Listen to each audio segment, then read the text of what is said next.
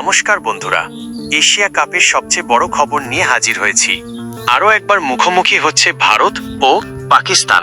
এবার সরাসরি ফাইনালে। বাংলাদেশের বিরুদ্ধে সেমিফাইনালে জিতে পাকিস্তান ফাইনালে তাদের জায়গা নিশ্চিত করেছে। ৪১ বছরের ইতিহাসে এই প্রথম এশিয়া কাপ ফাইনালে ভারত পাকিস্তান মহারণ হতে চলেছে।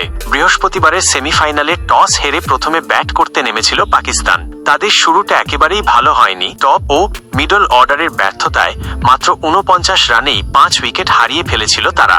তবে লোয়ার অর্ডারের ব্যাটসম্যানরা, বিশেষ করে শাহিন শাহ আফ্রিদি, মোহাম্মদ নওয়াজ এবং মোহাম্মদ হ্যারিসের গুরুত্বপূর্ণ ইনিংসে ভর করে পাকিস্তান ২০ ওভারে ৮ উইকেট হারিয়ে ১৩৫ রানের সম্মানজনক স্কোর দাঁড় করায়।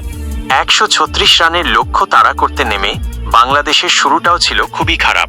পাকিস্তানের শাহিন শাহ আফ্রিদি এবং হ্যারিস রৌফ দুজনেই ৩টি করে উইকেট নিয়ে বাংলাদেশের ব্যাটিং লাইন আপ ভেঙে দেন। তাদের পেস এবং বৈচিত্র্যপূর্ণ বোলিংয়ের কাছে হার মানতে হয় বাংলাদেশকে। শেষ পর্যন্ত বাংলাদেশ ১৩৬ রান তাড়া করতে ব্যর্থ হয় এবং ১১ রানে ম্যাচটি হেরে যায়।